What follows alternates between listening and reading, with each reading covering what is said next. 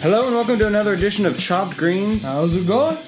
I'm sitting alongside my guest host, Gary Boucher, and I am, of course, Philip Amerine, and this past weekend we saw Ghost in the Shell. Oh, this past weekend I wasted 2 hours of my life is what I did. I don't even think it was up to 2 hours, but let's talk about it. So, yes. As always, 3, 2, 1, spoiler alert! Yes, please. You know what? This movie will spoil your mood and your life, so spoiler alert for that too. But enjoy us being considerate on not wasting your time nor your money. We'll waste ours for you. We spend our money for you.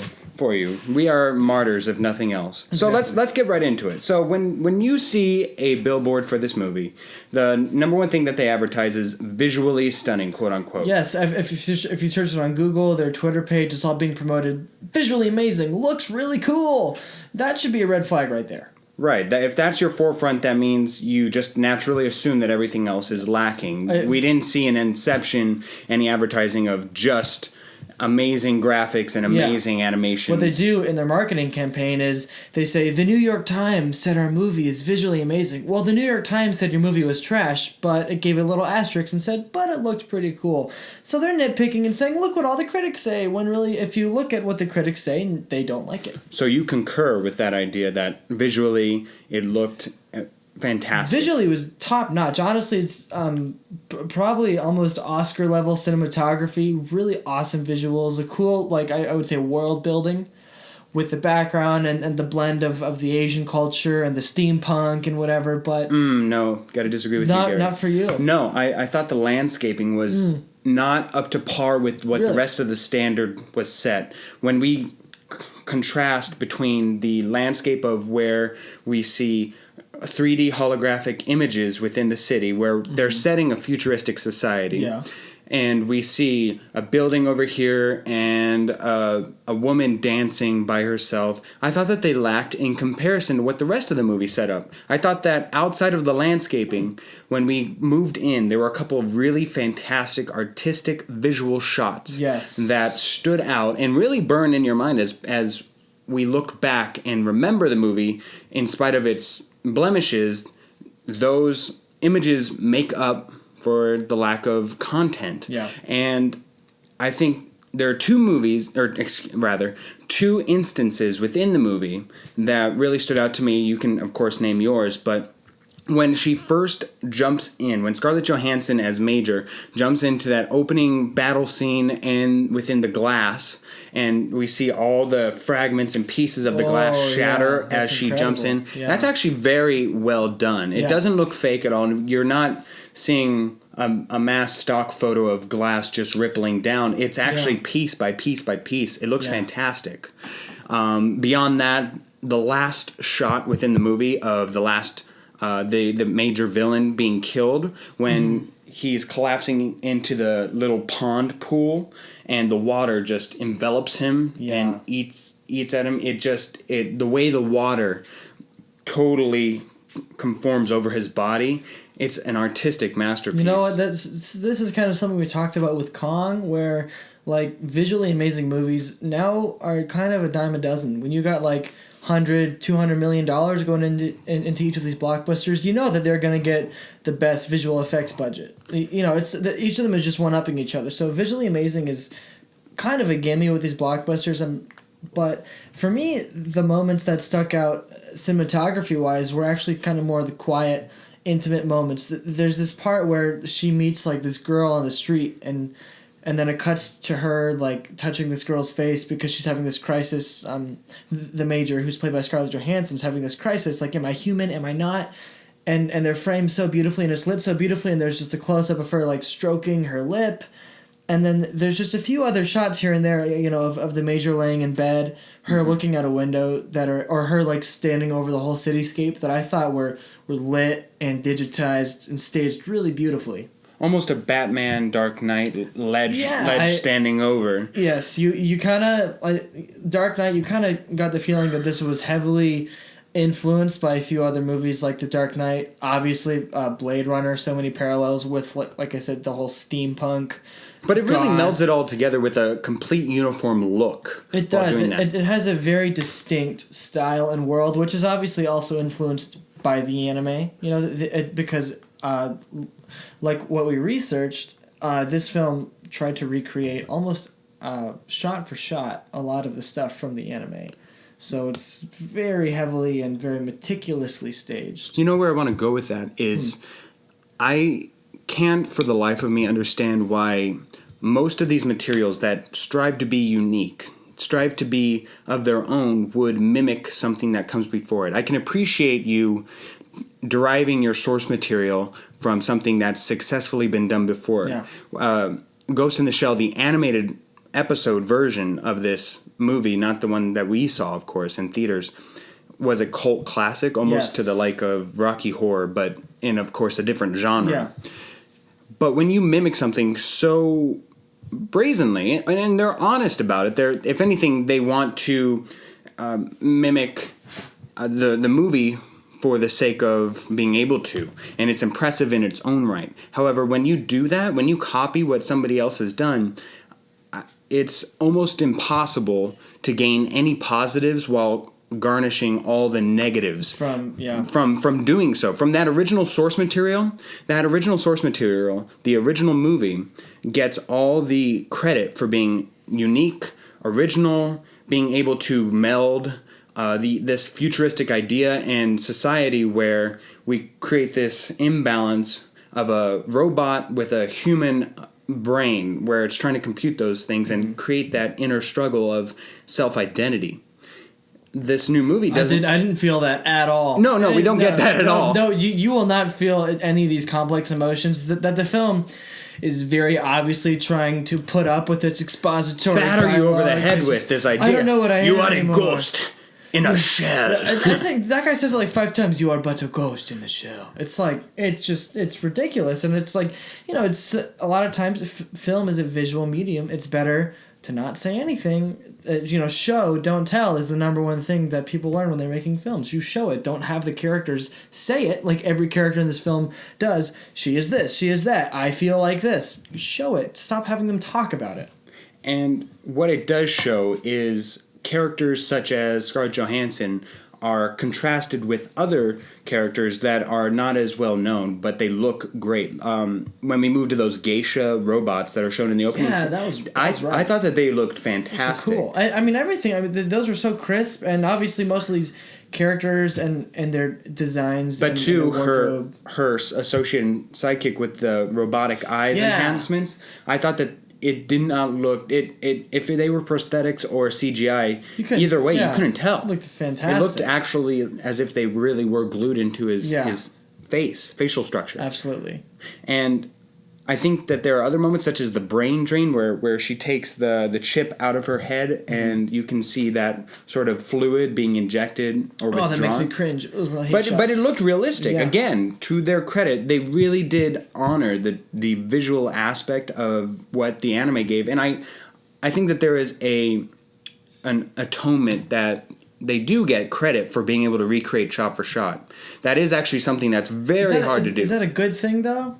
Is that, because I think that translating across mediums instead of adapting... Such as from anime to real to screen, filming. From comic book to screen, I don't think that ever really works out. And Ghost in the Shell is, like you said, a cult classic. It's not very widely known.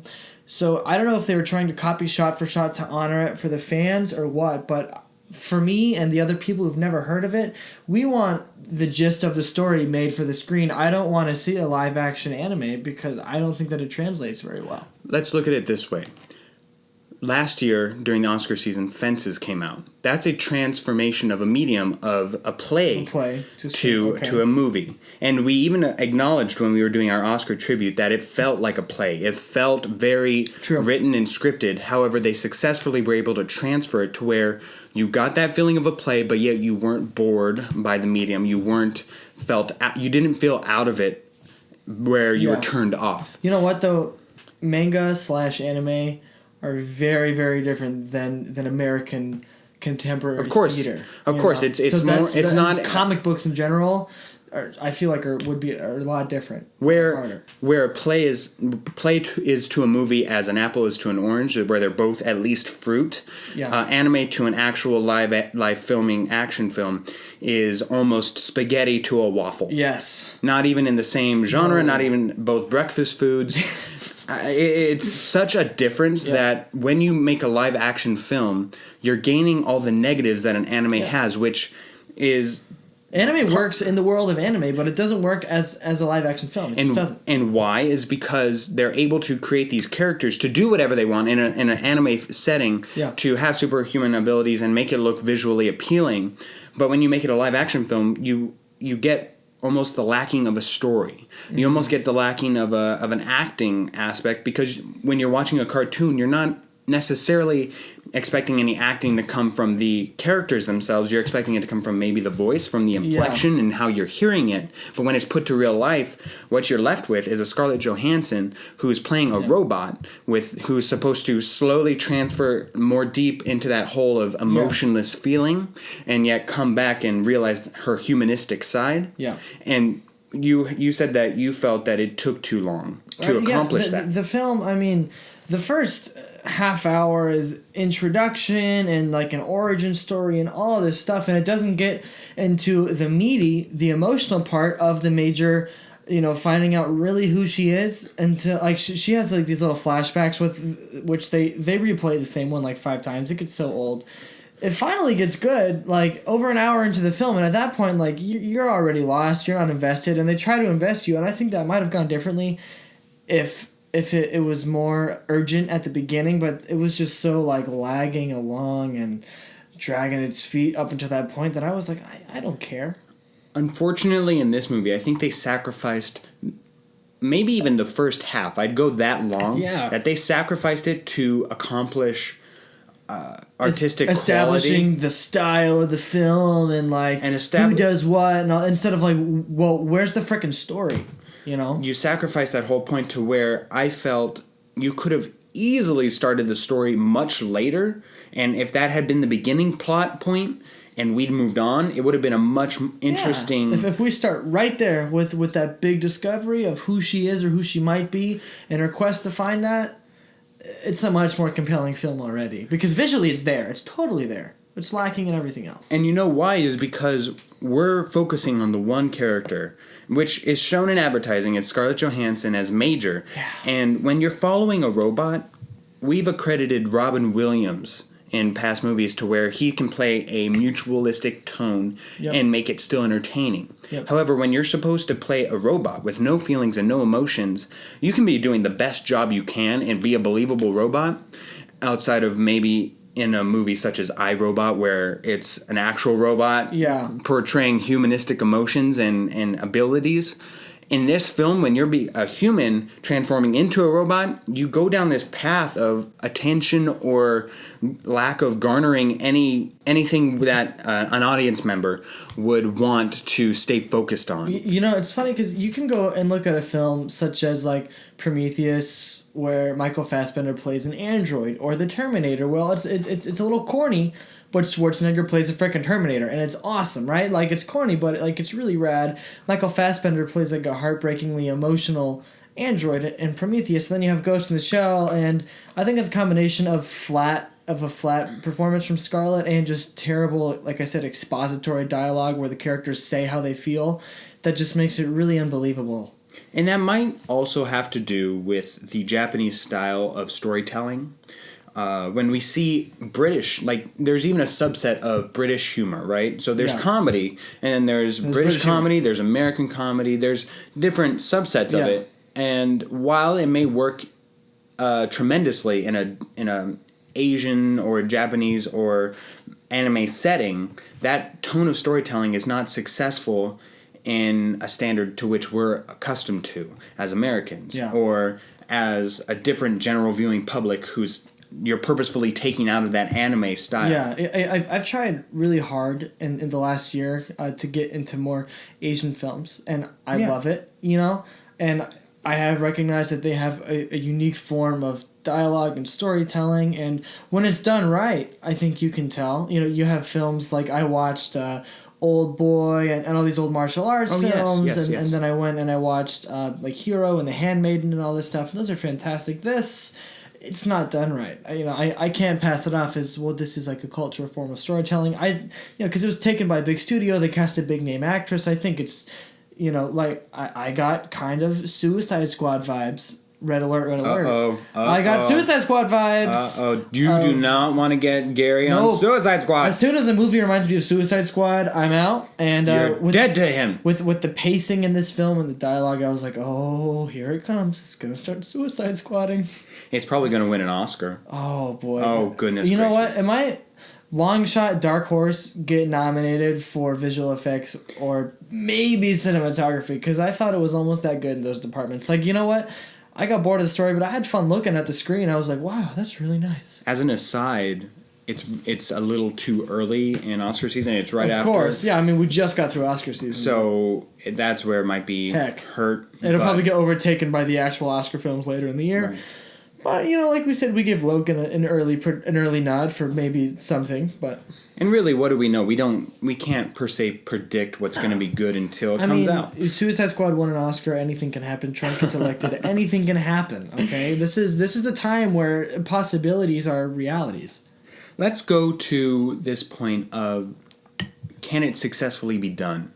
I don't know of a movie or film that has successfully done what this film tries to accomplish, which is take an anime, make it a real life filming process, and do it. I think it does an admirable job, more than admirable job in visualistic. It actually captures that feeling you have when you're watching an anime of unbelievability, which is good. It's good. It makes it so that you believe that she's this all powerful being, that she's actually invisible. It's one of the few movies I've seen that I felt did right by making a person invisible, and I'm actually buying it, as opposed to some Harry Potter cloak of invisibility. Hey, the cloak is amazing. Okay, his father left that to him, Phil. Yeah, Hogwarts on that.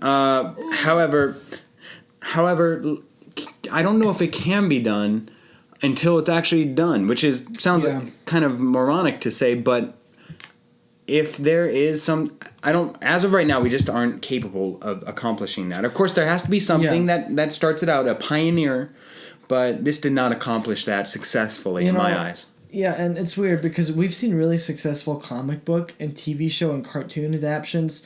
Even a movie that we saw earlier this year, Logan, was adapted from a pretty obscure comic and is now like a really successful film. Once again, they didn't copy the comic, they adapted it for the screen, which they changed the story and a little bit of everything, but successfully adapting something as kind of niche but really, really cool as like Ghost in the Shell, they owe it to their fans to give them good adaptions. And to bring these stories to a larger audience, and like you said, no one has pioneered that yet. We're still waiting on a good adaptation that doesn't care about the box office numbers, which this movie's bombing at the box office, by the way. It's not making any money. It's going to lose $60 million. So. Ironically, just as another aside, when talking to Luke in a former podcast, go and check it out on SoundCloud. I have it on the Chopped Greens page. When talking to Luke about this and the past week, I did a game in Give Me Five, guessing the box office numbers, and he went 5 for 5, and correctly guessing that Boss Baby beat out Ghost in the Shell. Really? Yes. You know what? That does not surprise me at all. And it actually beat out Beauty and the Beast. It was the number one seller of the past weekend. Boss Baby. Boss Baby. This is, April's a weird time for movies. This is when like all the not Oscar animation movies come out, like Boss Baby and, those kind of DreamWorks-y movies, because we get Pixar in the summer. This is for sure... It's strange. Yeah, this is for sure the season of throwaway movies that studios were like, oh, wait, we still have a production in this? Let's kind of throw this out there. You got winter Oscar season, winter's Oscar season, summer's blockbuster season. Spring is like kind of action and post-Oscar. It's really weird. It's really, really strange. The next big movie... Guardians of the Galaxy 2 in a month? I mean, what else is coming out until then? I can't think of anything that comes to mind. And I mean, May is summer. Like, then we're going. We're seeing that's blockbuster season. We're seeing like movies that have a combined budget of $1 billion when you see them all together. Like, it's crazy. it's going to be a month where we definitely don't do any Robin Williams tributes because there will be movies worthy of us watching. It's going to be an exciting time, and I can guarantee you that they will be better than Ghost in the Shell. This was disappointing, underwhelming. I felt bad for fans of it. I saw people on social media who, they agree with me. You can adapt it shot for shot, but if it doesn't have the essence of the story, then it really doesn't matter. We could care less what it looked like as long as you tell the story of our awesome characters. Really, this whole film is defined by its lead character. Beautiful to look at, but at the end, to use your word, hollow. Hollow. You know what? She's just a shell. This movie is a shell. Augusta in a shell. It's really sad because that shell had some cracks in it. I think that every once in a while, some remnants of a really good movie peeked out. Like, it's a movie of moments. I loved the concept. Yeah. The concept is fascinating to watch. People love that kind of stuff. That's so big right now. Like, what it is to be human and sci-fi. That could go really either way, and they didn't do it right. But they didn't do it justice. No, there's little slivers of a good movie peeking out, like a moment or an action sequence. Or Scarlett does have. I mean, she's a great actress. We know this. This just wasn't her film, and I don't really. She's got a few moments, but yeah, you don't think. I don't think that it's her problem that she was given this source material to work with. When if you successfully convey that you're a robot, you're going to be boring. Yeah. So well, not necessarily. I mean, you can play an android and it still be compelling. That's a sign of then we get into nerd stuff of an android is different than a robot. I mean, if I'm playing a toaster, I'm going to be boring as opposed to a butler. Butler rover. She doesn't. I mean, she's robot got butler. A human brain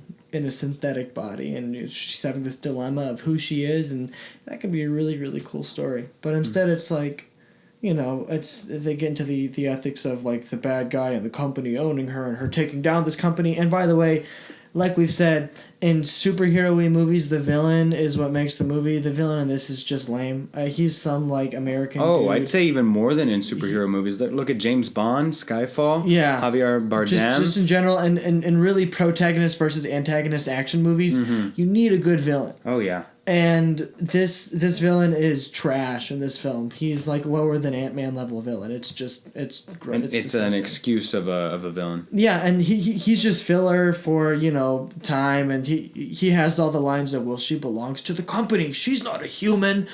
Yes, she is. Fully no, stereotypical. She's not. Fully stereotypical. Yeah. So in the end, to wrap it all up with a pretty bow as it is, what is your rating for this movie? On a scale of 1 to 100, Rotten Tomatoes score, Gareth Boucher gives it... You ready? Yep. 39. Whoa! 39. 39 Whoa! out of 100. 39. And when you I never sleep during films because, as you know, I once went to see Doctor Strange and spent $26 just on popcorn and a drink.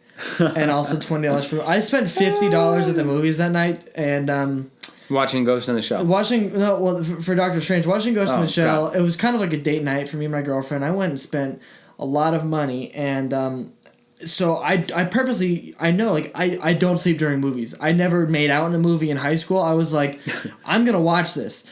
I fell asleep during Ghost in the Shell. It was for like 2 seconds, but like that's how boring it was, honestly. Well, I've only fallen asleep in 3 movies. That's how little I do it. Like, because you pay for this movie, you want to watch it. Oh yeah, no matter how bad it is, you want to watch it. You want the quality. Yeah. One is Black Hawk Down. Oh, what? Did you feel so Black Hawk Down? Well, I was little at the time it came out, so I went to a late night showing, so I just crashed there. Poor little film. The one with Leonardo DiCaprio, J. Edgar Hoover, or was it J. Edgar? Just called J. Edgar. Yeah. J. Edgar. Yep. And then Ghost in the Shell made the top 3. Yep. I fell asleep and a little bit in the middle. I was snoozing off, but to be honest with you, I didn't miss much. Nope, you didn't miss a thing. You probably had a better dream. Oh, yes, I did. For sure.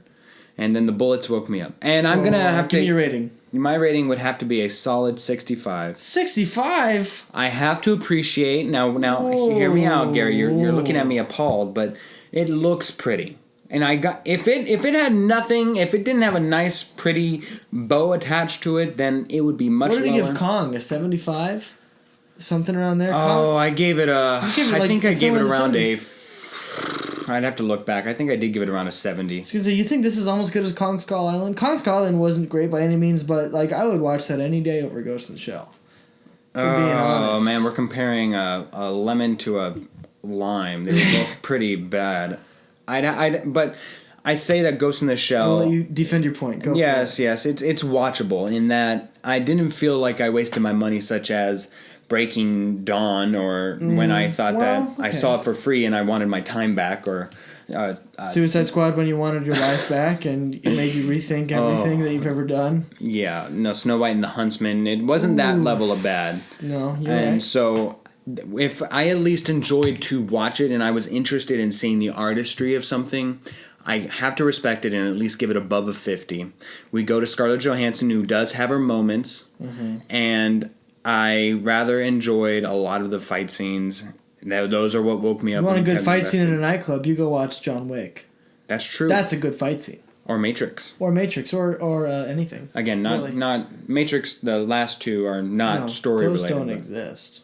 But you know it does exist. What? An award-winning Give Me Five. Ooh! I've got some excellent questions for you. Let's You ready to bring be it. grilled I've got like some the diverse hot Give Me dog you Five. are? Excuse me? I know. I'm a bratwurst, okay? All right, let's sizzle it on after this music break.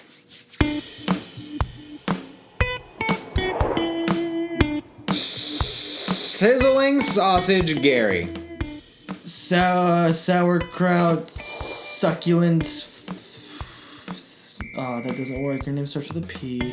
Yeah, neither did Sounds like Sizzling Gary. Frickin' fantastic Phil. FFP? FFPH. I mean, you're fat with a PH, man. You're the coolest dude. I'm fat with the PH. I actually enjoy that. You're pat. That's new. I did a new one for Luke, the past podcast. What'd you say? It's Luke, right? And he said, "Oh, that's original." So we're all for originality here on Chopped Greens. All right, Gary. This is Give Me Five, the part of the show where I have 5 questions for you. You've got 5 questions for me. I'm ready. And we answer them as honestly as we can. All right. Just kidding. We answer them honestly. All right, here we go. Gary, I'll start us out. Okay. There is a new hashtag on Twitter that has become popular. Hashtag movies on a budget. Has taken famous film titles and turned them into parodies about money, such as Ferris Bueller Works Overtime, Discount of Monte Cristo, Ocean's 1, Some Like It Room Temperature, and American Oatmeal Pie. There are so many more that I could tell you, but go check out the hashtag yourself if you're that interested and want to laugh for about 20 minutes, as I did. In honor of that hashtag, I'm going to give you, Gary Boucher, 10 movies paired with each other. Out of the 2, I want you to tell me which blockbuster movie had the lower budget. So which one had the least amount of money spent put on into it. Yes. Not made. Which one had the least production budget? Correct. Alrighty, let's do it. All right, here we go. We're going to start out with 2 horror movies, Friday the 13th or Halloween, and I'm putting them in alphabetical order. So which one had that's tough. Which one had a lower budget? They were both made pretty early too, so they're low. Let's say Friday the 13th had a lower budget. Actually, wait, whoa. Whoa, he's taking it back. Jeez, this is tough. I was going to say, because one of them shot on a location in the forest. But the other one was shot in... you know what? Friday the 13th had a lower budget. You know, I just want to let you know, no pressure, but last time I did one of these 5 questions... With me? With Luke. He got all 5 right, so you have a lot of You fed him the answers just so you could psych me out. I will not do that to you, but you are correct. Ooh. Friday the 13th, you got it right. All right, let's move on. No pressure. Perfect so far. The Conjuring or Saw? Oh, Saw had a lower budget than The Conjuring. For sure. Saw was James Wan's first project out of college. He was given a very... this is the anecdote that they tell you in film school. James Wan graduated. He was given $5,000 to make a movie in one room. So, he only had $5,000 in a room, so he made Saw. And The Conjuring is like a bigger budget, bigger star film. I'm going to say it's Saw. Well, you're absolutely correct. The budget I have listed now is Saw with $1.2 million and The Conjuring with $20 million. So a vast difference there. And I forgot to say Friday the 13th had $325,000 budget. Halloween with $500,000. Those are still super ultra low budgets. Oh, excessively. Comparatively. Yeah. All right, we're moving on. You're still perfect. Here we go. Juno or Little Miss Sunshine? How are you gonna do this to me? Take 2 I know. movies? I knew I'd get you on this one. Okay, Little Miss Sunshine nabbed the Rising Star and Steve Carell. I'll tell you that Not this is star close. level. This Yeah, is I one was of the gonna say, closest ones I have on the list. Michael Cera and Ellen Page were also rising stars. They had a lot of good supporting people like J.K. Simmons in that movie as well. But which one had a lower budget? We're gonna go with Little Miss Sunshine. Juno screamed studio film a little bit more to me. I'm gonna say Little Miss Sunshine had a slightly smaller budget. You want to know the good news? What? You have another chance, because I have another game later on in the show to get all 5 right, because right now you got it wrong! Oh! It was Juno with $7.5 million and Little Miss Sunshine with 8. Gosh, this is... How are you gonna do that to me, man? I'm it's sorry. It's like virtually the same. This next one is going to kill me. Alright, let's see it. Napoleon Dynamite or Rocky? Ooh. Now, we have a time difference here, too, so that equates That's into different. it. Well, because if you know the backstory of the two films, Rocky was Sylvester Stallone's passion project that he chose to make himself. So Wrote the whole script on a couple of napkins. He took it to studios. They said, yeah, we're going to make it, but you can't be in it. He said, oh, no, I'm going to be Rocky. They said, then we're not going to do it. Napoleon Dynamite was originally a short film made in college called Palooka, a black and white film, like a 5-minute film. And they adapted that into a feature film on a really low budget. I think it's like in the thousands range, like under 10 maybe. Honestly, I'm going to say that Napoleon Dynamite had a smaller budget than Rocky. You move along. Napoleon Dynamite with $400,000. Rocky with $995,000. Wow. Moving on. Open water or paranormal activity? Well, I'm just going to be honest with you. I don't know what open water is. It's the one where the couple are stranded in the middle of the ocean and they're just waiting around. Wow, they could have shot that in a swimming pool if they did it right. Actually, it was with a handheld camera. Really? Mm-hmm. And then Paranormal Activity obviously has statistically the most profitable film of all time. That's correct. Based on budget and returns. I don't know about open water, but that sounds like that could have been shot at a really low budget too. Now we're into the ultra low budget, the $5,000. You know what? I know Paranormal Activity, so I'm just gonna go with Paranormal Activity. You are absolutely 100% correct. Yeah. Okay, I gotta know that. Yeah, Paranormal Activity with only 15,000. Yeah. Only 15,000. The rest of the sequels had a little bit more, but not too much. Yeah. But Open Water with only 500,000. Wow. Okay. Yeah. I'm gonna have to check out Open Water now. Yeah, you don't have to. But that's about it. That's all 5 for me. Was I 4 for 5? You were 4 for 5. So close. That's the best I've done in Give Me 5. Yeah, that is. You were inspired by Luke. All right, let's go. Next question. I have a movie box office return question for you. Ooh, okay. We're talking about blockbuster movies. Obviously, almost blockbuster season. There is a very definitive list of the top 5 grossing comic book adaptions of all time. I have 5 movies listed here. I'm going to give you 5 of them. 4 of them are in the top 5 highest grossing. 1 of them is not. Ooh, You're gotta sniff out the onion. Tell me which is the onion. You ready? Uh-huh. The Dark Knight. 2. The Dark Knight Rises. 3. Iron Man 3. 4. Guardians of the Galaxy. 5. The Avengers. Ooh. 4 of those are in the top 5. 1 of them is not. What were the first 2 again? Just give me the first 2. The Dark Knight and The Dark Knight Rises. Oh, boy. And then Iron Man 3, Guardians, and The Avengers. I'll tell you, I'll go through. They were all pretty close. They've all got to be at least in the top 10, I think. No? You were right about that. They're all in the top 10. All in the top 10. I'm going to be straight with you. One of them is number 6. I just pulled one. I was going to say, that's really close. Now, let me think in here. The Dark Knight was the actually highly successful sequel to Batman Begins, which was not all that good. Didn't do too well. Did well enough to warrant a sequel. Yep. Dark Knight Rises obviously was a huge phenomenon. So Dark Knight Rises is safe. Moving on, Iron Man 3 is definitely safe. I know that's a huge one. Avengers is safe. That leaves me with Dark Knight and Guardians, and I'm going to say that Guardians did so well that it warranted a sequel, but it did not do well enough to be top 5. I'm going with Guardians of the Galaxy. Is my odd one out. So, 2 things. 1, I lied to you. The one that's wrong is actually number 11. Okay. Okay. But, you were wrong. Guardians of the Galaxy is number 11. I said that. I said Guardians of the Galaxy was the worst one. Oh, I thought you said that it made it in. No. Oh, you guessed Guardians of the Galaxy was the out. Was the out Oh, one. then you were right. Yeah. Guardians of the Galaxy is not in the top 5 highest grossing comic book adaptations of all time. Number 1 is The Avengers 2, The Dark Knight. 3, let's see. No, I pulled from all over, actually, but, Guardians of the Galaxy is number 11. Yes. Okay, and it's way out of there. And you know what surprised me was Iron Man 3, just because I didn't actually like that movie.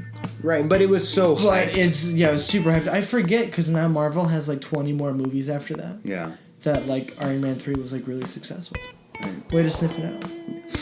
I can always sniff out that onion. Alright, getting a little serious here, Gary. For nearly 2 decades, Bill O'Reilly has been Fox News' top asset, building the #1 program in cable news for a network that has pulled in billions of dollars in revenues for its parent company, 21st Century Fox. However, the New York Times has recently reported that about $13 million has been paid out over the years to address complaints from women about Mr. O'Reilly's behavior, including claims of a series of allegations concerning sexual harassment or other inappropriate behavior. Mr. O'Reilly denies the claims have merit. However, since the reporting, more than 30 advertisers have left The O'Reilly Show, and it has left open the speculation over whether or not Fox will stick with O'Reilly. My question is simply, will O'Reilly survive?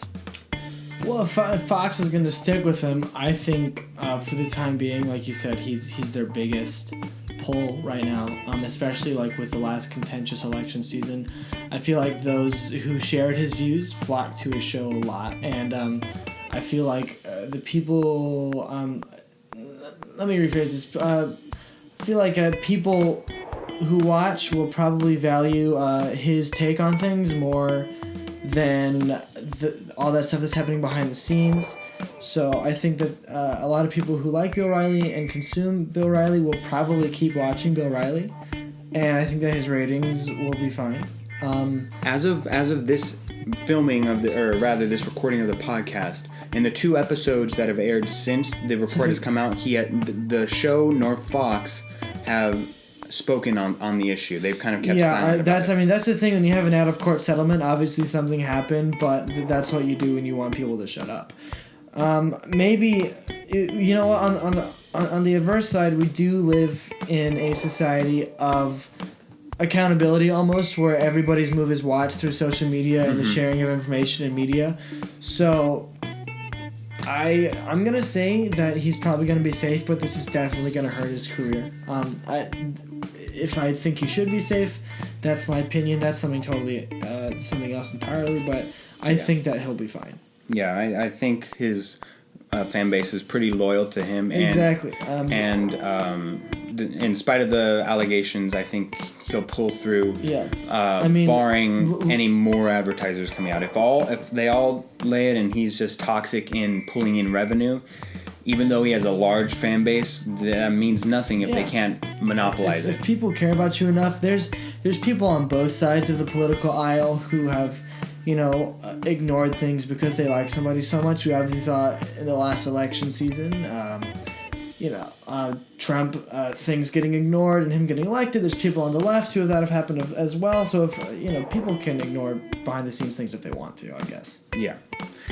All right, your turn, Gary. So I'm going to talk about another talk show host with you. This is another little quiz. I'm sure or not talk show, but like a late night comedian who's become really, really popular, John Oliver. Oh, goodness gracious. John Oliver. Popular guy. He has talked about some very diverse and varying topics. Yes, from the penny to Trump to... Yeah, he goes kind of all over the place. Diabetes, right? all that stuff. I'm going to give you 4... John Oliver topics that he's talked about in his segments. You're going to tell me which one he hasn't actually talked about. You stumbled into a trap, my friend. I've watched a lot. So go ahead. I've seen almost every John Oliver. I've seen almost every John Oliver myself, too. Let's go. It's very obscure. So let's see. John Oliver topics. 1. Dr. Oz's June 2014 Senate hearing. 2. Scottish independence movement. 3. LGBTQ characters in modern film. 4. The decline of the newspaper in the United States. Well, I'll tell you that even John Oliver himself and past episodes has admonished that he does some pretty obscure subjects. He said we've covered such we haven't even covered such things like we wanted to, like such and such, such and such, and such and such. And we actually did cover that middle one, just you don't remember it because it was so freaking boring. That's how he puts it. And with that being said, I do take an interest in what he says. Mm-hmm. So I'm going to tell you with 100% certainty, Gary, it's the third one, the LGBT community figures. That's the one he has not covered. Well, you are right, Mr. Phil. Boom, boom! He has not Sizzle. talked about LGBTQ in film, which is a hot topic right now, but he has talked about things such as Dr. Oz's June 2014 Senate hearing. Yes, he has. A whole episode is dedicated to the Dr. Oz hearing. God bless him. And he can go deep into a subject like nobody else can. Oh, yes. For sure. Come on, Stacy! Reel it in! And using his fingers. God, you're so good at impressions, man. I wish you guys could see him right now. He's a perfect John Oliver. Not today! No, not today! I love John Oliver. God bless the British. All right, here we go.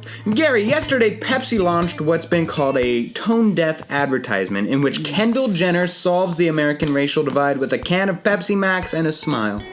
The ad in question ignited a firestorm when it was released on Tuesday, which features Jenner walking out of a photo shoot to join a nearby demonstration rife with imagery seemingly meant to evoke Black Lives Matter and other protests before calming the unrest with carbonated aspartame water. The ad was removed today, and Pepsi issued a public apology to all offended, as well as Kendall Jenner.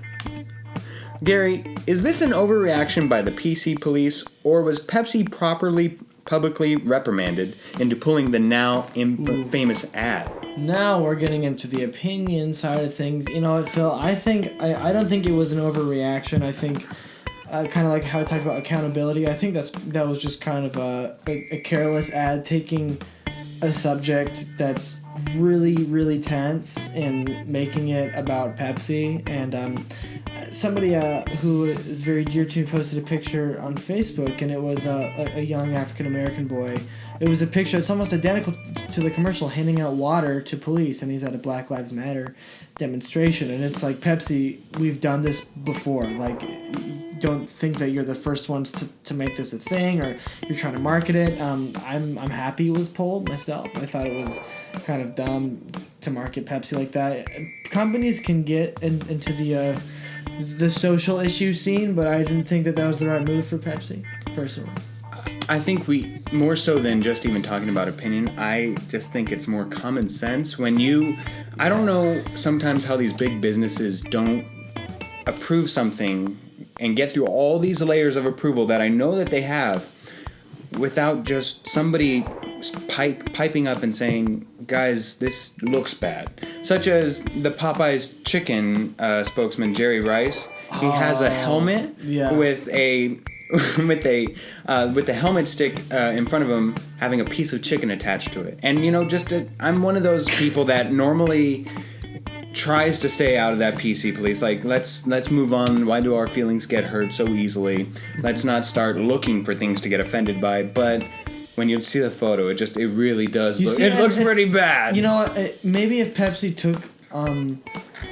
as someone who's not famous, just like maybe like an actual African-American person and had them hand off the Pepsi, might be a little bit more meaningful, but it's like Kendall Jenner. Like, you put her face to this. Like, it was Kendall Jenner is the face of peace in the police brutality debate. Like, what? That makes no sense. This is dumb.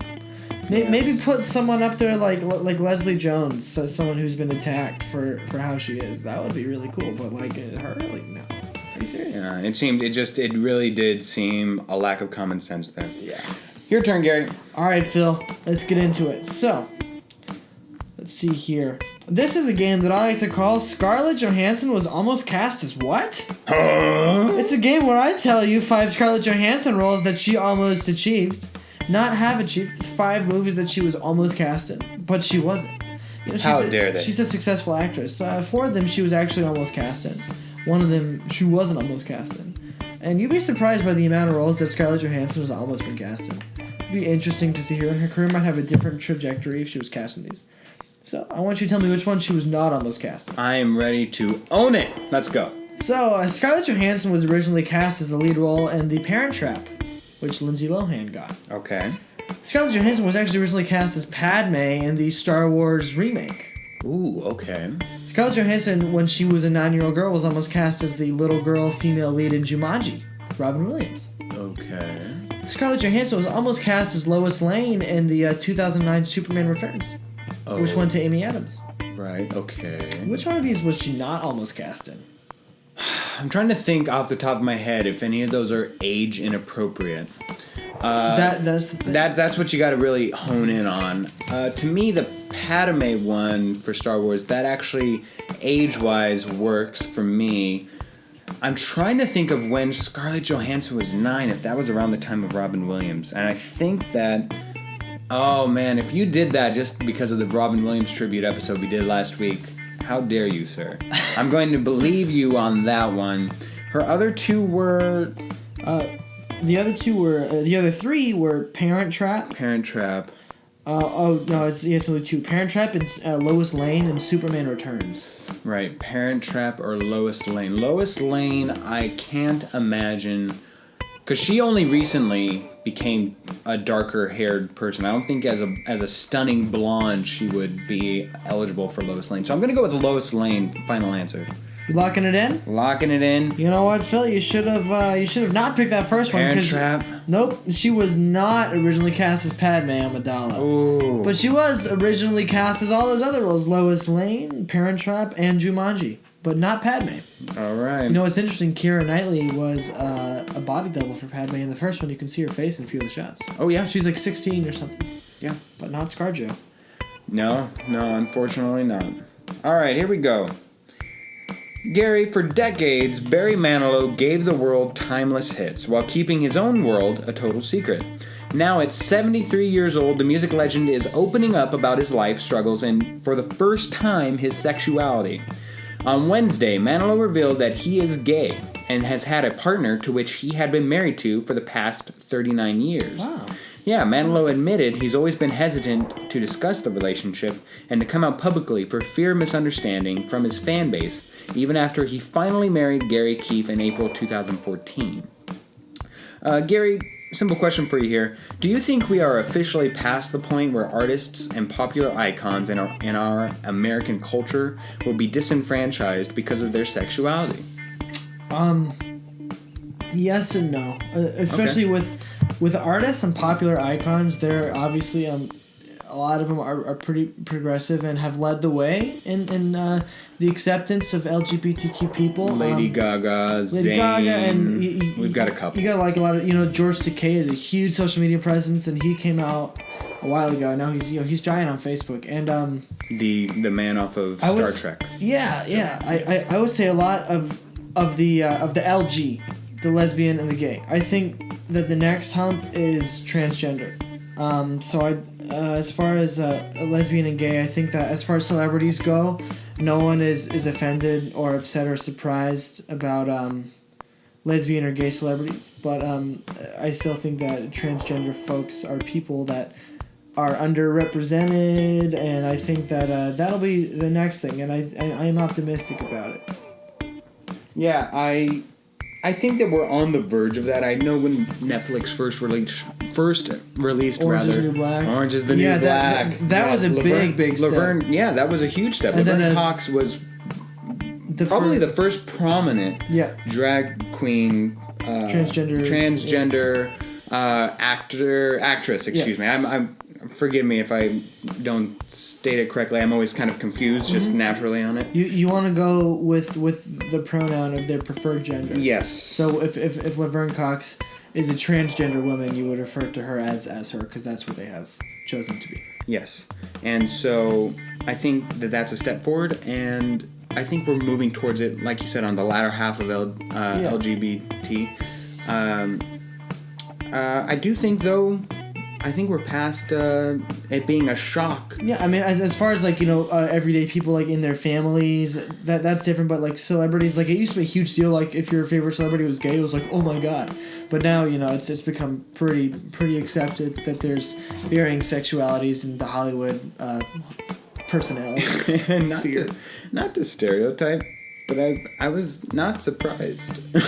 About Barry Manilow. About Barry Manilow? Yeah, I was. That makes sense. I knew Barry there were. Manilow is probably good. I thought there might be a couple men in that Copacabana. You know, I'm happy for him, man. Like, Yeah, that's cool. go along and He enjoy didn't take life. it to the grave. He came out about it. That's awesome. Yeah, you be you. Hail, fellow well met. All right, your turn, Gary. Alrighty, so we are living in the age of remakes, sequels, adaptions, kind of like we talked about. Rambo 7, The Beach Never Dies. Yeah, exactly. And recently Disney has compiled a list of like the 19 or 20 or so films in the next 10 years that they're planning on making live action or remakes for, right? And so this is going to follow kind of the same thing. I'm going to give you 4 remakes that Disney has announced that they're going to do. Oh, okay. Of their classic animated films. 3 of them they are planning on adapting, and 1 of them they are not. Alright? Alright, hit me. Aladdin, film that's very dear to your heart, is going to get a live action remake. God bless them. Pocahontas is going to get a live action remake. Okay. 101 Dalmatians will, in fact, get a live action remake. Snow White and the Seven Dwarfs, Disney classic, will get a live action remake. Which one of these is not going to get a live action remake? Ooh. I lied to you. You did. About one of them. You dirty rotten duck. Alright. Which I'll explain that reference later. Alright, let's go down the list. I know, because I kind of keep up with the news a little bit. I know Emma Stone was cast as Cruella de Vil in the 101 Dalmatians remake. You are right. So that's definitely true. You didn't lie to me there. Aladdin, I could have sworn I saw something, and if not, I can definitely imagine Disney creating a remake for that. That doesn't seem implausible. I'm going to say that that's true. What were the other 2? We have Pocahontas and we have Snow White and the Seven Dwarfs. That's really hard. I think that I can see the translation rather easily for Snow White and the Seven Dwarfs because we've seen Lord of the Rings and Snow White and the Huntsman and all these other movies recreate dwarves rather easily. In Pocahontas, it could be so sensitive material that is such... But you know, Disney is trying to like kind of lead the charge and yeah, you know, yeah, and then they take issues. a step back with Doctor Strange and white casting that. So Yeah. I'll say that I'll believe in Disney and go with Snow White and the Seven Dwarfs is not on the slate as of yet. You locking that in? Locking it in. Phil, you've out-logicked yourself. Snow White is on the slate. Pocahontas has not, as of yet, been announced. It wouldn't surprise me if they went through and redid all the 35 Disney animated classics. You know why? Because they would make $350 just for me seeing all this, right? Right. But Pocahontas, as of now, has not been announced as being remade. I think that they're going to eventually create a new slate and recreate that experience that we all had as youngsters, and it really actually is a really good source material because you bring in the older generation that has already seen it and more than likely won't mind seeing it again unless if one of them is recreated so badly that it throws off your respect for their movie telling style. Pocahontas, that's a very sensitive subject. I thought maybe they might do something in the lines of 2000 BC where they can kind of recreate that cast, but... You know what they need to do? What? Brother Bear. Oh my gosh. With people. Brother Bear is so dear to my heart. I love that film. It's like one of the So you're hoping for like the West Side Story of Brother Bear where they bring it to 1970s New Orleans, and there's a big man. Imagine this. My gosh! So we already know that Donald Glover is cast as Simba. Bear. What if Donald Glover is Kenai and Morgan Freeman is the older bear, and they go on a journey? I hate you. Come on! It's gold. It's a gold mine. No, it's not. The only thing golden is Lion King. All right, here we go, Gary. It is that time again. I have been visiting the UberFacts site. Oh my god. Your favorite site. And I have UberFacts. I have a brand new UberFacts game for you. Alright? This is a game where I will give you 3 facts. 2 are true, 1 I completely made up. I want you to tell me which one is false. I've got 5 sets of these. Are you ready, Gary? I'm ready. Alright, let's see if you can beat Luke or tie him. He got 5 for 5? He went 5 for 5 on his game. Let's see if you can do this. And I'll do these exact same ones within the next podcast, which all the listeners will already know. But I hope Luke won't. Alright, here we go. Fact number 1. A squid tentacles have approximately 5 times the suction power of their octopus counterparts. Fact number 2, koalas often store leaves in their cheek pouches for later consumption. And fact number 3, newly hatched baby chicks are smarter than newborn baby humans. So a couple of animal facts here. Is it squid tentacles have 5 times the suction power of octopuses? Fact number 2, koalas often store leaves in their cheek pouches. Or new hatched baby chicks are smarter than newborn baby humans. You know what? Which one did I make up? This game is such a crapshoot. How am I supposed to logic myself into it? I love this game. I'm gonna go with the last one being false because humans are smarter than chickens, and the other two make sense in my head. Okay. Yeah, that makes sense. Except it doesn't. That's actually true. What? Yeah. Which one's false? I made up the squid tentacles. I have no idea the suction power, velocity, or what have you. So. I've already lost to Luke. You've already lost. Well, we'll see. Well, I'll do this head-to-head with Luke later on next week. All right, number 2. Red wine has the ability to kill cancer cells. Fact number 2, the term kicking the bucket derives from former President James Monroe kicking a bucket of pale water resting at the foot of his deathbed moments before he died. And fact number 3, ancient Romans would use a sponge on a stick to clean themselves after pooping that they shared with other people. Is it the red wine can kill cancer cells? Kicking the bucket comes from James Monroe actually kicking a bucket, or ancient Romans used poop sponges together in harmony? You know what? It's gonna be A. That's the fake one? Yes, the red wine one is the fake one. Alcohol is great, but I don't think it will kill cancer cells. I think it creates them. And it's so simple a fact, right, that it can just roll off the tongue? Yes. But it's true. 100% true. You're I hate my life. 2. I love the I hate my life. I completely made up the kicking the bucket one. Really? Just completely. I was like, you know what? I just looked up random presidents. I was like, who remembers James Monroe? All right. No offense. You know, that the one 5th checks president. out. It makes sense. The 5th president. All right, here we go. The oldest cheeseburger resides in the McDonald's Monument Museum in South Carolina and is 38 years old. Fact number 2, astronauts aboard the Apollo 10 reported hearing weird, outer spacey music while orbiting the dark side of the moon. Fact number 3, a study of 2,000 people found that, on average, men lie twice as often as women.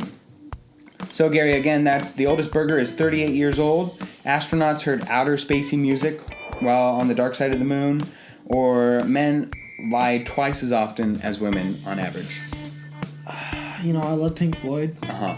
Great album, Dark Side of the Moon. Of course. I think that maybe you like Pink Floyd too. I love them. I think that maybe that's where you got that question, so I'm saying it's false. It's a dark day for you, that's for sure. That is completely true. I made up the oldest burger. I was gonna say that one, but then I hate my life! Gary is 0 for 3. He might be going for the record, 0 for 5. Let's go. Guys, I'm sorry. Fact number 1. Oh boy. George Jerry invented more than 140 products we still use to this day, such as blinders, scotch tape, and ice cream scoopers. But since he failed to acquire patents on his inventions, he died in bankruptcy. Fact number 2. It's possible to rupture a blood vessel in your head or neck and die from trying to suppress a sneeze. Fact number 3. You can buy pills to make your farts smell like roses and chocolates. I feel like I've seen something about number 3.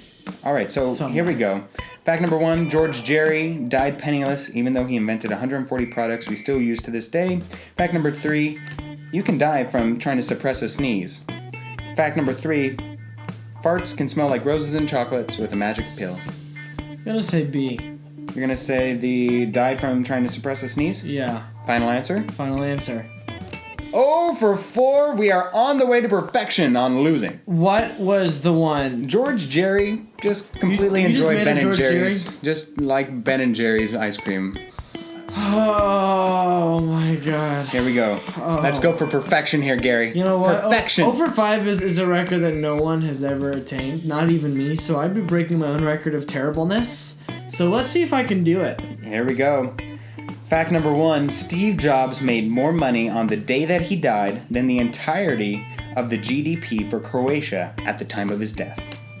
And fact number 2, according to Cards Against Humanity's official rules, The player who pooped last should be the first judge. That is true, because I love that game. So I'm just throwing that out there. I know this. All right, so then you're down to a 50-50 shot here.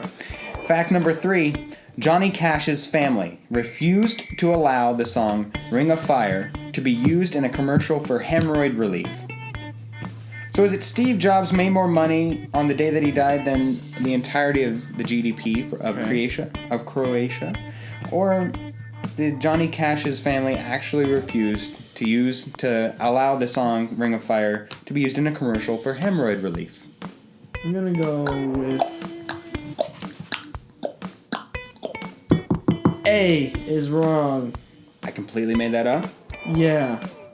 Oh, you look so unsure. Do you want to change it? No, I don't want to change it. I just want to lock it in and be done with it. Which one was it? I've got some bad news for you, Gary. Did I go 0 for 5? You didn't. So you're not perfect. Oh! You actually sniffed me out on that one. Yes! 20%? The record remains. Oh, the unachievable. Gosh.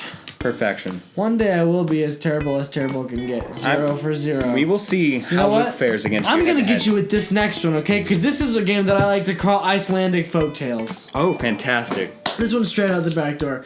So, Nordic culture is really, really interesting. And in Iceland, they have a lot of really weird Christmas characters. I'm sure you've heard of, of Krampus. Oh, yes. Yeah, you've heard of Krampus. Well, they have a bunch of other Christmassy demons, right? Mm-hmm. So I'm going to give you 3 Icelandic Christmas demon folktales that parents tell their kids around Christmas time. Oh, fantastic. You're going to tell me which one is a totally made-up BS Icelandic folktale that I made up. I'm going to actually tell you 2 true ones, all right? Okay, so the first one is the tale of Grilla. She is an Icelandic ogress who lives in a cave in the mountains, and she comes down from her mountain cave and she eats naughty children on Christmas Eve. Grilla, the Icelandic ogress. How do you spell that? Gryla.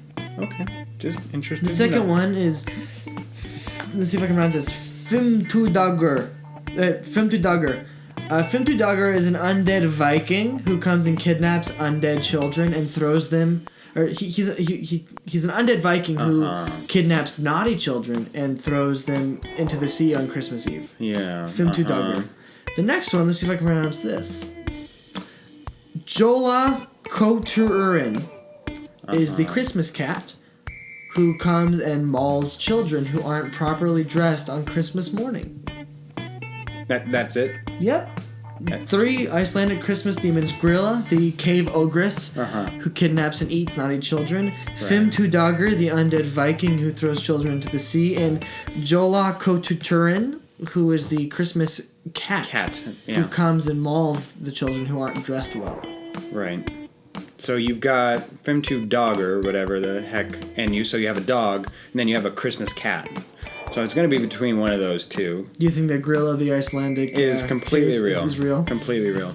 Let's go with the least descriptive one, because a Christmas cat is never scary. I would not be scared of a cat coming down my chimney and trying to attack me. I'd just bat it away, and it would probably become disinterested in me, and I would set out some kitty litter and be totally safe on Christmas Day. The cat's completely false. Want to know something? What? Fimmtudagur is the Icelandic word for Thursday. I completely made up the undead Viking. Oh my gosh. Jola Kuturin, the Christmas cat who comes and eats children who aren't well dressed on Christmas, is completely real. Parents tell their children that. And Grilla is also real. So, you know, your knowledge on Icelandic Christmas folktales is really lacking, Phil. Yeah. You need to study I need to brush up. Seriously, guys. You should know this off the top of your head. Because Iceland is a treasure trove of really demented Christmas fairy tales. Alright, so that'll wrap it up for Give Me Five. But that was a brutal, man. You got demolished. I'm feeling it right now. I feel like my life was torn apart and laid out for all the listeners, so I hope you guys support us, because that was hard. That was really emotionally bad. For me. That was rough. Yes. And I think what was emotionally rough for me was how the NCAA March Madness bracket turned out. Yeah, you know what? Let's talk about that for a second, okay? Because the March Madness bracket went to yours truly. By a long shot, I think. Gary, what logic do you have for picking Oregon to go as far as you did? That made no sense, Gary. But it makes sense because they went to the Final Four, and I picked them too. And I called it for, you know what? Who's my sleeper team? Frickin' Oregon, the Ducks, bringing it home for me in the Final Four. Thank you guys so much. Hold on, I got it. I'm getting on my pedestal, my bully pulpit. Gary, I hate Duke. Duke lost me this whole darn thing, along with Arizona, who lost to an 11 seed. Never bank on an Arizona team to win anything. Why do I pick them? Gonzaga, who picks Gonzaga? Yeah, Gary. I love Gary Gonzaga. Boucher. I hate Gonzaga. I don't even know why a team would be called the Bulldogs. And so now, because of Gonzaga, and because of Duke, and because of Arizona, I have to endure the humiliation. That's right, humiliation of being bestowed upon Gary Boucher's wrath of forced to post a post and have a profile picture that is to your liking, which I will not like.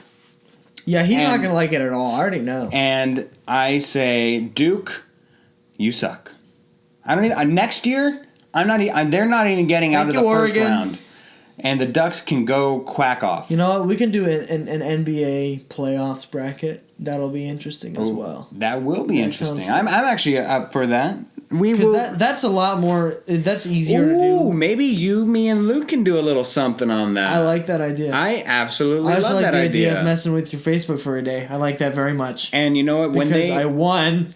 I hate you. You're dead to me. Did you guys hear something? All I hear is the fact that I won the bracket. I don't hear anything else. And as of this posting of this episode, you will see whatever it is that Gary so graciously appointed me. And the post will be up. Excuse me. The post will be up, and I no doubt will be humiliated. He's going to be eviscerated. That is an even better verb for the thing that will be on Facebook.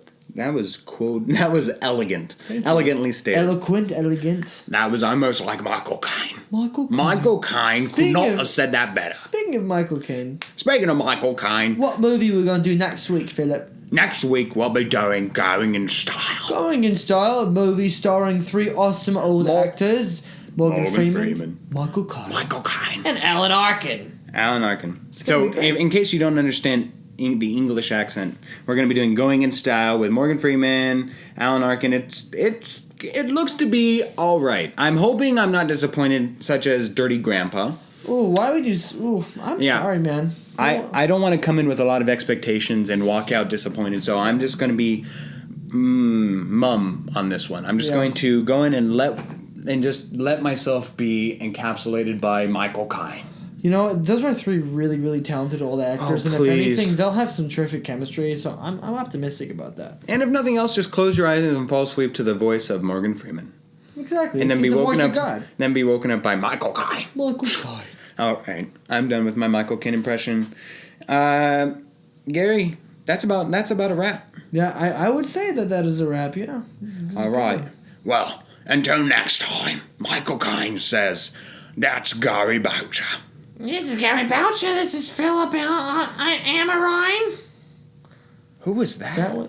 That was my, oh, God. I'm not sure. I started out as Alan Arkin, but then it kind of morphed into whatever this is. Like an old Jewish woman. Like an old Jewish woman. Who has not left her home. God, Philip, you lost the bracket again. I can't believe it. Get your snickle over here. I'm going to paddleboard you. And that'll be it.